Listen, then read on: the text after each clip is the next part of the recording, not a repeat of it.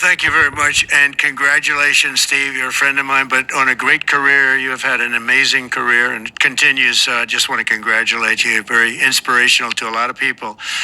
I want to talk about the EU because you mentioned specifically that I've also had a lot of friends and leaders of countries. I've gotten to know them all my first term and a little bit during this period of 4 years, and know them well, like them a lot, but they're very frustrated because of the time everything seems to take to get approved, environmental impact statements for things that you shouldn't even have to do that, and many, many other ways that it takes. And I'm going to give you a quick little example.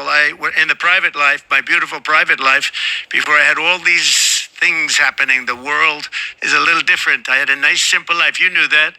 But when I had that simple life, I did projects, and I had a big project in Ireland, and it had to get approval on something that would have made it even better. And I got the approval from Ireland in a period of a week, and it was a very, very, very efficient, good approval. And they informed me, though, the problem is you're going to have to get it from the EU, and we think that'll take 5 to 6 years. And I said, you have to be kidding. And this was before politics. And I said, wait a minute, it's not that important. I don't want to go 5 or 6 years, but it would have been a big investment. It would have been nice, and it would have been good for the project. And I sent the people to the EU to see if they could speed it up. And basically it was a 5 or 6 year wait just to get a simple approval that Ireland gave me in a period of literally not much more than a week. And I realized right then, that was the first time I really was involved with the EU, but I realized right then that's a problem, and I didn't even bother applying to do it. Or if I did, I pulled it very quickly. I have to be very accurate because I don't want to be criticized. He did apply, actually. No, I want to be very accurate. So I don't think I did, but if I did, I pulled it very quickly. It was just something you couldn't wait 5 years or 6 years to get an approval. So a lot of in a very big business sense, a lot of people are claiming that's the problem. From the standpoint of America, the EU treats us very, very unfairly, very badly.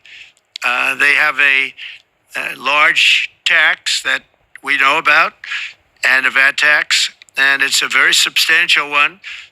They don't take essentially don't take our farm products, and they don't take our cars, yet they send cars to us by the millions. They put tariffs on things that we want to do. Like, for instance, I think they actually, in terms of, these are non-economic or non-monetary tariffs, and those are very bad, and they make it very difficult to bring products into Europe, and yet they expect to be selling, and they do sell their products in the United States. So we have, hundreds of billions of dollars of deficits with the EU. And nobody's happy with it, and we're going to do something about it, but nobody's happy with it. So